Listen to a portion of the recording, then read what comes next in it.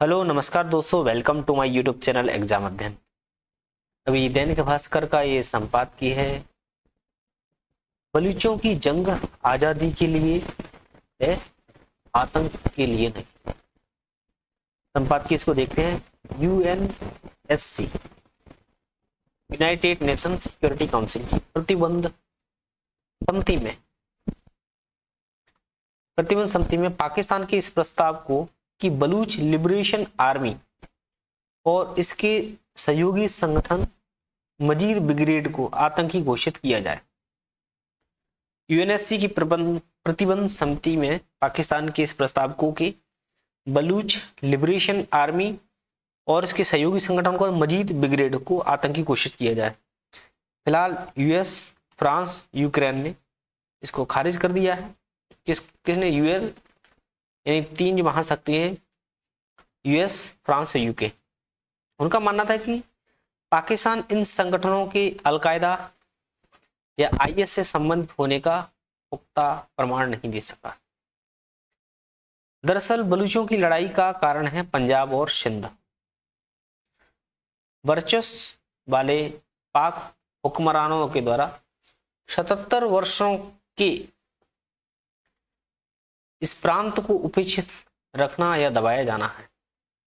देश का क्षेत्रफल 44% वाला यह राज्य खनिज और अन्य प्राकृतिक संपदा और उपजाऊ जमीन से भरपूर है, लेकिन जीडीपी में मात्र 7% का योगदान देता है।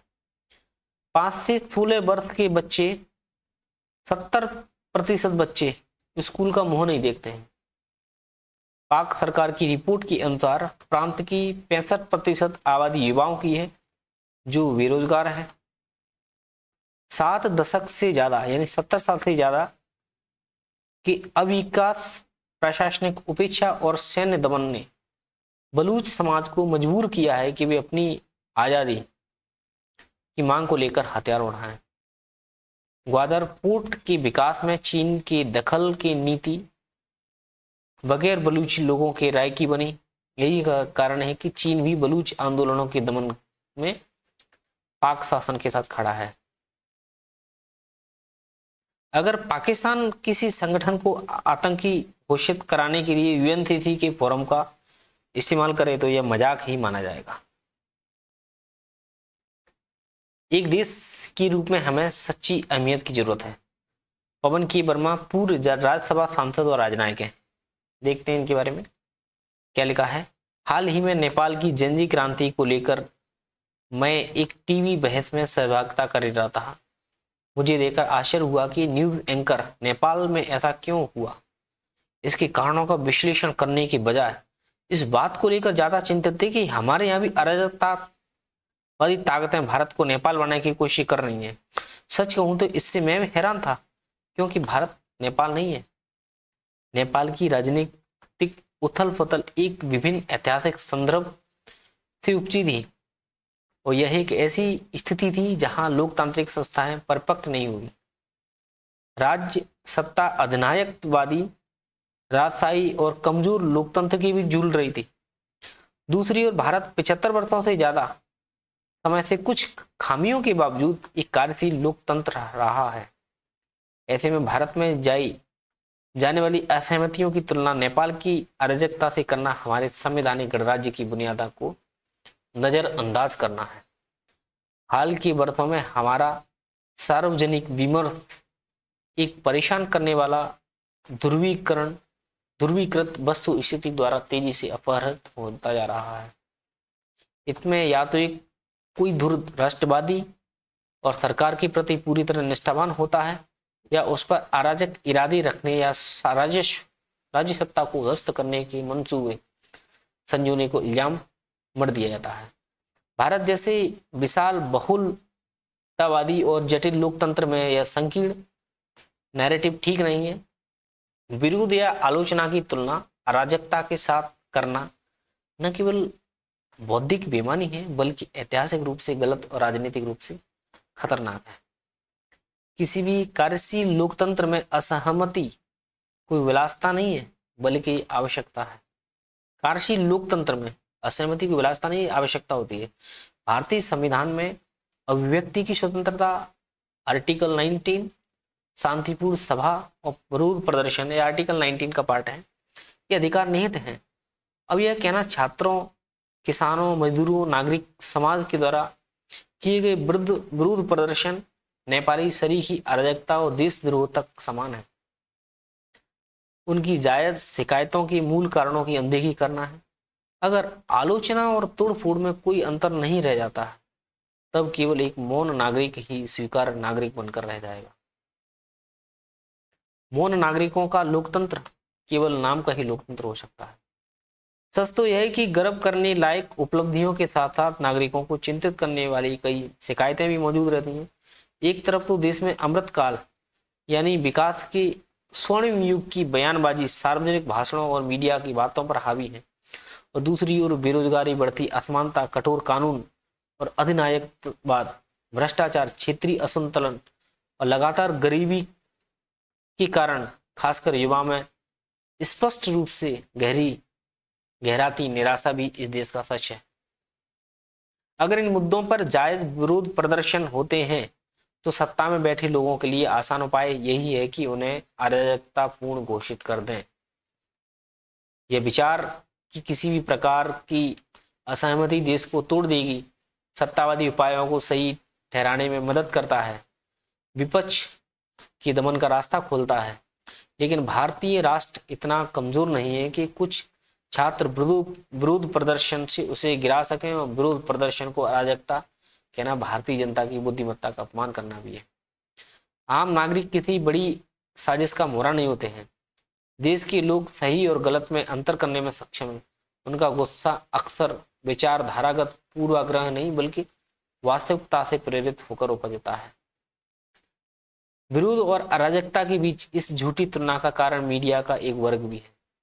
सत्ता पर सवाल उठाने के बजाय कई न्यूज चैनल दुष्प्रचार को बढ़ावा देते हैं, असहमति और इर्द गिर्द उन्माद पैदा करते हैं, हर आलोचक को खलनायक साबित कर देना चाहते हैं।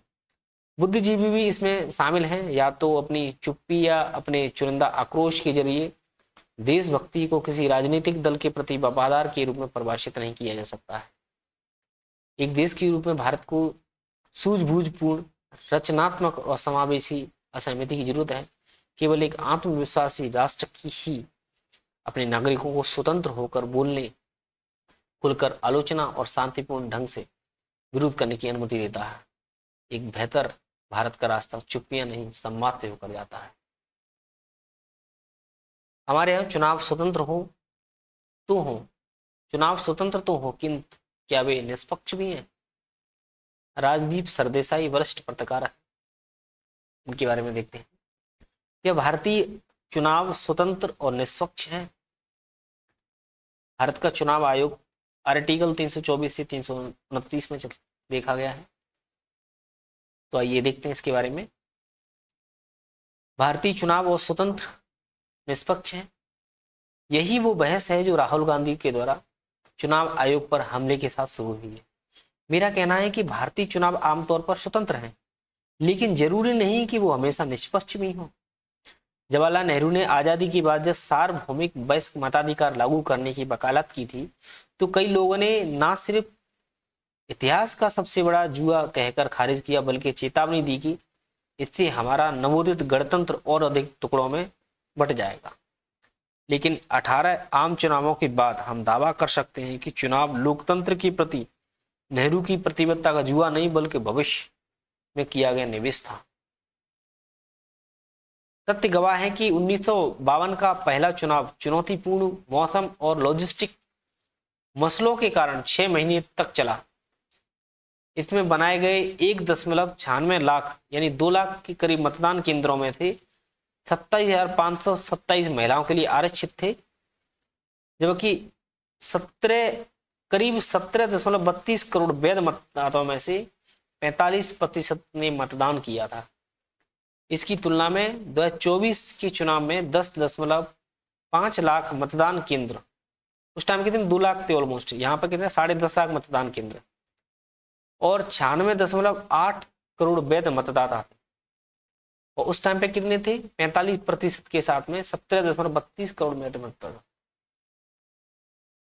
64.6 करोड़ मतदाताओं ने वोट किया, जिनमें से 31.2 करोड़ महिलाएं थी, ऑलमोस्ट 50%। किसी भी चुनाव में यह महिलाओं की सर्वाधिक भागीदारी थी। इतने बड़े पैमाने पर अपेक्षाकृत शांतिपूर्ण चुनाव कराना एक उल्लेखनीय उपलब्धि है। अब उस दौर को भी याद करें जब किराए के गुंडे समूचे बूथ पर कब्जा कर लेते हुए फर्जी वोटिंग आम चुनावों में 1990 के महाराष्ट्र विधानसभा चुनाव के दौरान मैंने मुंबई की उमरखेड़ी में एक बूथ कैप्चरिंग देखी थी।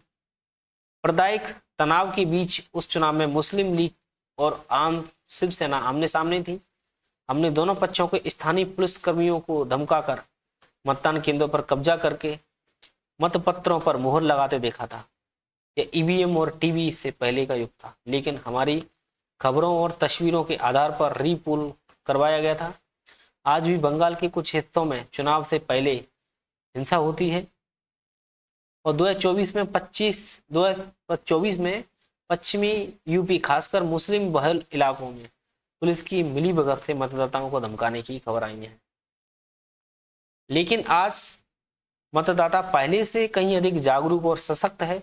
मुझे याद है कि हरियाणा की एक यात्रा में ग्रामीण दलितों ने मुझे बताया था कि पहले के जमाने में उनकी बुजुर्ग दबंगों से डरकर वोट ही नहीं डाल पाते थे। बदलते जातिगत समीकरण और मीडिया के कारण आज ऐसा हो पाना संभावना से कम है। देखें तो मतदान हमारे समाज में नागरिकों की दुर्लभ समानता का जश्न है। इस दिन जामनगर रिफाइनरी का मजदूर भी अंबानी के बराबर मताधिकार रखता है। धारावी का निवासी भी अदानी की तरह मतदान कर सकता है। भारत में चुनाव अधिक स्वतंत्र तो हुए हैं, लेकिन उनमें निष्पक्षता जरा कम। समान अवसर देने की भावना चुनावी लोकतंत्र के केंद्र में है। हर उम्मीदवार और पार्टी की दौड़ एक ही जगह से शुरू होनी चाहिए, लेकिन आज इस दौड़ में सत्ताधारी अपने विपक्षियों पर पूरी तरह हावी है। यह धन बल और सत्ता के दुरुपयोग के घातक गठजोड़ का नतीजा है। भारतीय राजनीति में धनबल हमेशा से रहा है। जब कांग्रेस हावी थी तो पैसे तक उसकी पहुंच प्रतिस्पर्धियों से कहीं अधिक थी। चुनावी जंग में पैसा निर्णायक तो नहीं होता, किंतु धन समृद्ध दलों के महत्वपूर्ण बहुत जरूरी बल देता है। लेकिन असल गेम चेंजर तो यह है कि समान अवसर की अवधारणा को पूरी तरह तोड़ मरोड़ने के लिए सत्ता की ताकत को किस प्रकार हथियार बनाया जाता है। प्रतिस्पर्धियों को निशाना बनाने के लिए सरकारी एजेंसियों का इस्तेमाल किया जाता है। चुनाव से पहले सत्तारूढ़ दल द्वारा करदाताओं के पैसे को कल्याणकारी योजनाओं के नाम पर चुनिंदा मतदाता समूह में बांटना आम हो गया है। रेवड़ी पॉलिटिक्स के खेल में आज भाजपा ही बड़ी खिलाड़ी है, चाहे महाराष्ट्र में लाडली बहन योजना हो, अब बिहार में मुख्यमंत्री महिला रोजगार योजना या मध्य प्रदेश में लाडली बहना योजना। नैरेटिव को नियंत्रित किया जाता है। सत्तारूढ़ दल सरकारी पैसे का इस्तेमाल कर विज्ञापनों के नाम पर पैसा लुटाते हैं। 24 के चुनावों से पहले आयकर विभाग ने 1990 के दशक से संबंधित प्रकरणों पर कांग्रेस को नोटिस जारी कर उसे खाते फ्रीज कर दिए गए थे, लेकिन आयोग ने कार्रवाई नहीं की। सांप्रदायिक बयानबाजी अनियंत्रित रही। जब कर्नाटक में संभावित वोटर फ्रॉड का मामला दर्ज होता है तो आयोग पुलिस जांच में शामिल होने में हिचकिचाहट दिखाता है। जब निष्पक्ष चुनाव के लिए इस आयोग की जरूरत है जो निष्पक्षता से कार्रवाई करे। बहुत ही शानदार एडिटोरियल लिखा है हरदीप सिंह जी ने। अगला दैनिक जागरण का एडिटोरियल है हठ धर्मी का नतीजा लेह की हिंसा। अवधेश कुमार लेखक, वरिष्ठ पत्रकार एवं राजनीतिक विश्लेषक हैं। देखते हैं, लेह की हिंसा ने पूरे देश को चिंतित किया है। लेह में हिंसा वाले दिन लग रहा था कि जैसे अराजकता के रूप में नेपाल की लघु रूप में पुनरावृत्ति हो रही है। पहाड़ी परिषद से लेकर के भाजपा कार्यालय को सुहा करने पर भीड़ उतारू थी। भीड़ ने सुरक्षा कर्मियों के वाहनों को भी निशाना बनाया। यह सब बिना तैयारी के संभव नहीं लगता। सामाजिक एवं पर्यावरण कार्यकर्ता सोनम वांगचुक ने हिंसा के बाद 15 दिन से जारी आमरण अनशन समाप्त कर दिया। उन्होंने शांति की अपील भी की थी। हालांकि उनका यह भी मानना था कि शांतिपूर्ण प्रदर्शन से परिणाम नहीं निकलने के कारण युवाओं में निराशा बढ़ी है। यानी वे कह रहे हैं कि गुस्सा जायज है पर हिंसा ठीक नहीं है। 15 दिन से आमरण अनशन पर बैठे सोनम वांगचुक और उनके साथियों के लगातार आ रहे वक्तव्यों और घटनाओं को देखने से हमें लग सकता है कि आंदोलन का सरकार ने संज्ञान नहीं लिया, इसलिए लोगों में गुस्सा पैदा हुआ और सरकार की ओर से लेह की हिंसा के लिए सोनम वांगचुक को उत्तरदायी ठहराने से ऐसा भी लग सकता है कि यह आंदोलन से नाराजगी के कारण आरोप लगा रही है। आंदोलन से नाराजगी के कारण आरोप लगा रही है। सच क्या है?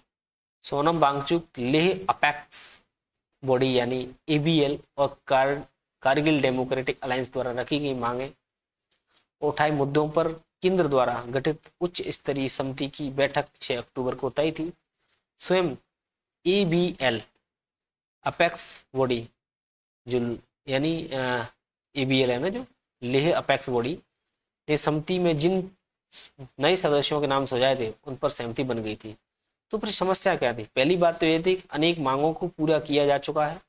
राज्य को छठी अनुसूची में शामिल करने और राज्य का दर्जा देने के विषय पर गतिरोध को दूर करने के लिए बात हो रही थी और दूसरी ओर 4 जिलों के गठन की प्रक्रिया अंतिम दौर में है। और तीसरी बात है कि लद्दाख में अनुसूचित जाति जनजाति के लिए आरक्षण 45% से बढ़ाकर 84% हो चुका है। और चौथी, पंचायत में महिलाओं के लिए 33% आरक्षण दिया गया है। 5वीं, भोटी और कुर्गी आधिकारिक भाषा घोषित हो चुकी है। और 6ठी, 1800 पदों पर भर्ती प्रक्रिया शुरू और अलग लोक सेवा आयोग के गठन पर विचार किया जा रहा है।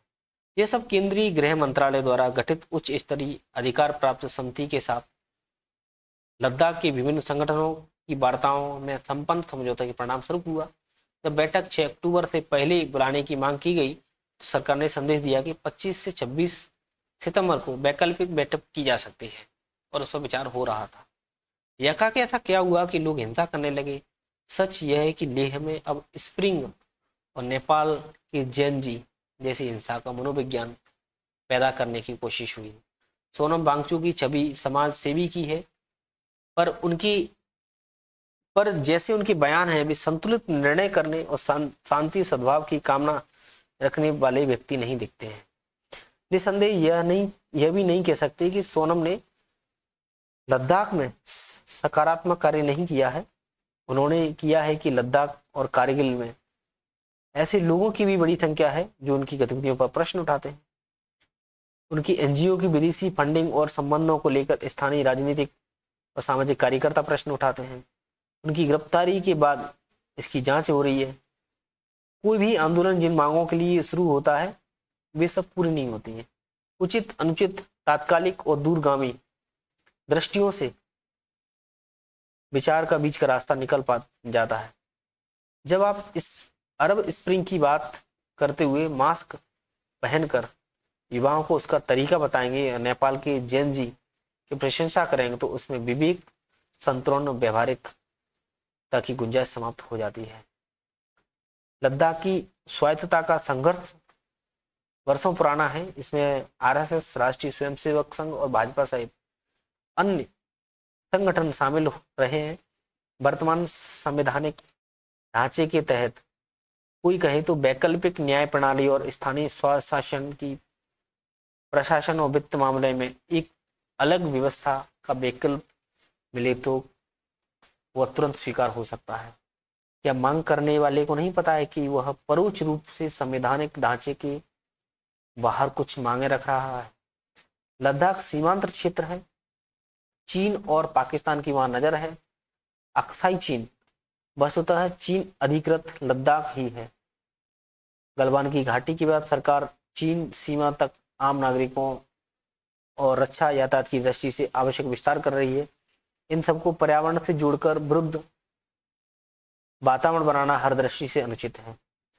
छठी अनुसूची में शामिल होने के पीछे अनेक तर्कों में भी यह है कि बाहरी लोग जमीन खरीद कर बसेंगे तो यहाँ की संस्कृति, सभ्यता सब कुछ प्रभावित होगी। 5 अगस्त 2019 से पूर्व जमीन खरीदना तो छोड़िए, जम्मू कश्मीर की नागरिकता तक प्राप्त नहीं कर सकता था। इसके बावजूद लद्दाख किन हालत में था? अनुच्छेद 376 और 35A के रहते आम लद्दाखियों की मांग थी कि हमें कश्मीर घाटी से मुक्ति दी जाए। यहाँ के लोग कश्मीर घाटी पर शोषण, समस्याओं की अनदेखी का आरोप लगाते थे।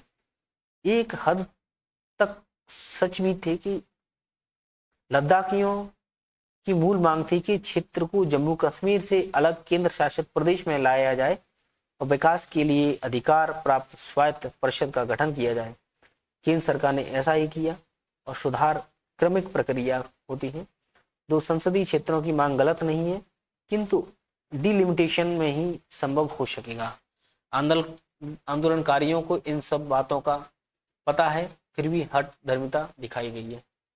हिंसा भड़कती है तो नियंत्रण में नहीं रहती है। इस समय भारत और विश्व में यही प्रवृत्ति दिख रही है।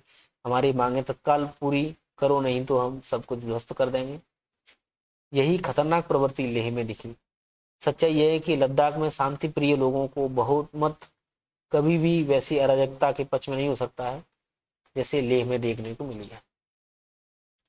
अगला राष्ट्रीय सहारा का ये एडिटोरियल है, इस्लामिक नाटो का नया समीकरण। डॉक्टर सुरेंद्र कुमार मिश्र लिखते हैं, विगत 17 सितंबर 2025 को सऊदी अरब और पाकिस्तान के बीच एक रणनीतिक गठबंधन strategic mutual defence agreement Riyadh में हुआ।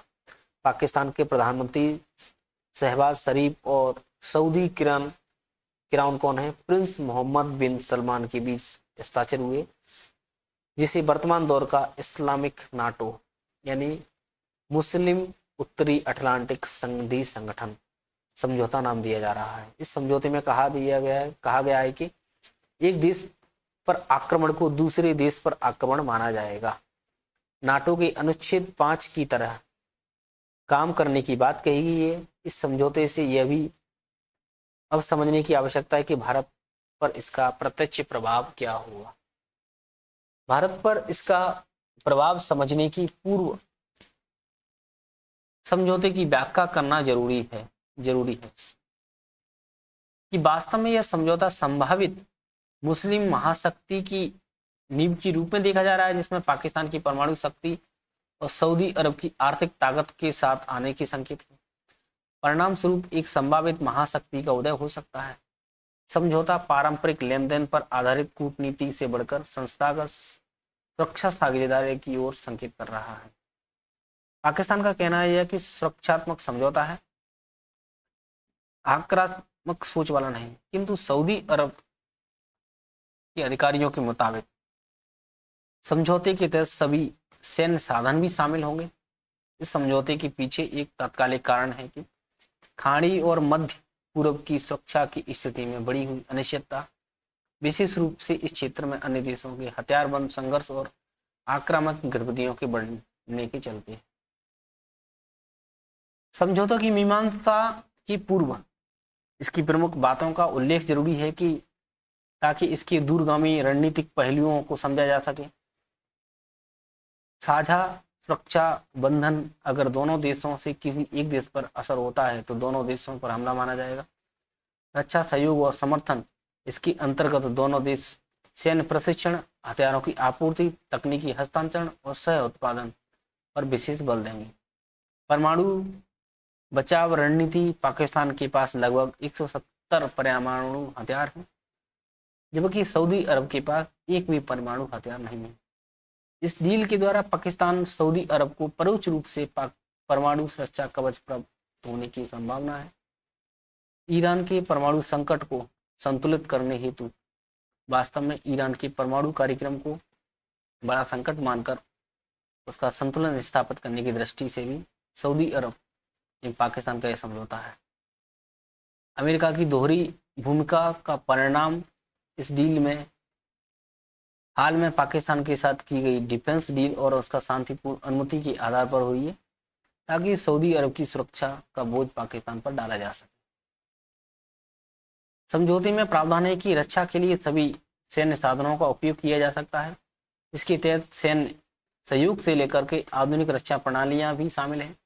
दोनों देशों का कहना है कि यह रक्षा डील क्षेत्रीय सुरक्षा और स्थिरता के लिए है। पश्चिम एशिया और खाड़ी क्षेत्र की बदलती परिस्थितियों को विशेष रूप से दृष्टिगत रखते हुए किया गया है। इस समझौते के अंतर्गत सैन्य अभ्यास, सैन्य प्रशिक्षण और रक्षा तकनीकी साझेदारी को विशेष बढ़ावा दिया जाएगा। यद्यपि ये समझौता प्रमुख रूप से रक्षा से संबंध है, लेकिन सऊदी अरब पाकिस्तान संबंध पहले से ही तेल, वित्तीय सहायता और श्रमिक योगदान पर आधारित है। इस समझौते के साथ अब दोनों देशों के बीच प्रगाढ़ता और गहरी हो सकती है। एक समझौता क्या भू राजनीतिक समीकरण में बदलाव ला सकता है? यह समझौता एक नए ध्रुवीकरण का भी संकेत देता है, जो भारत की मध्य पूर्व में सामरिक भूमिका को भविष्य में बड़ी चुनौती दे सकता है। विचारणीय विषय यह है कि क्या इससे वैश्वीकरण के इस दौर में समीकरण भी बदल जाएंगे या भारत के लिए रणनीतिक चुनौती बन सकता है, क्योंकि पाकिस्तान को सऊदी अरब से आर्थिक राजनीतिक समर्थन मिलने पर कश्मीर में आतंकवाद जैसे संवेदनशील मुद्दा उन्हें खड़ा हो सकता है, जो भारत की स्थिति हेतु बड़ा संकट बन सकता है। अरब देशों ने हाल ही के महीनों में इजराइल की आक्रामक कार्रवाइयों, विशेष रूप से कतर और ईरान पर सैन्य हमलों के बाद अमेरिका की सुरक्षा साझेदार के रूप में विश्वसनीयता पर प्रश्न चिन्ह लगाए हैं। निश्चित ही पाकिस्तान और सऊदी अरब के बीच रक्षा समझौते से भारत की चिंता बढ़ना स्वाभाविक है, क्योंकि इसे सामान्य समझौता नहीं समझना चाहिए, क्योंकि यह पश्चिम एशिया में बदलते भू राजनीतिक समीकरणों के बीच हुआ है। भारत के साथ सऊदी अरब की आर्थिक साझेदारी भी गहरी है। सऊदी अरब भारत का 5वां सबसे बड़ा व्यापारिक साझेदार है, जबकि भारत उसका दूसरा सबसे बड़ा व्यापारिक सहयोगी है। यही नहीं, सऊदी अरब में भारत पाकिस्तान के तनाव के दौरान संयमित रुख अपनाया गया था। पुलवामा आतंकी हमलों की निंदा की, किंतु भारत द्वारा अनुच्छेद 370 हटाने और बालाकोट हमलों की आलोचना करने से भी परहेज किया। सऊदी अरब का सर्वोच्च नागरिक सम्मान वर्ष 2016 में प्रधानमंत्री मोदी को उनकी यात्रा के दौरान दिया गया था। ऐसी स्थिति में भारत को संयम, सतर्कता, सजगता और संतुलित ढंग से काम करने की आवश्यकता है। वास्तव में यह समझौता भारत के लिए अपनी पश्चिमी पड़ोस के प्रबंधन को जटिल बनाता है, विशेषकर इसलिए क्योंकि इस्लामी दुनिया में पाकिस्तान की स्थिति को सक्षम और सशक्त करता है। भारत की चिंताएं और चुनौतियां समझौते पर उसकी आधिकारिक टिप्पणी और बयानबाजी से समझी जा सकती हैं। पाकिस्तान कभी भी भारत का भरोसेमंद नहीं रहा। उसकी राजनीति भी भारत विरोध पर ही संचालित होती है। निर्विवाद है कि यह गठबंधन बड़ा आकार लेता है तो खाड़ी और दक्षिण एशिया की सुरक्षा रणनीति का बदल सकता है। यह समझौता भारत, इजरायल और पश्चिम देशों के लिए नई चुनौती बन सकता है। Thank you. जय हिंद, जय भारत।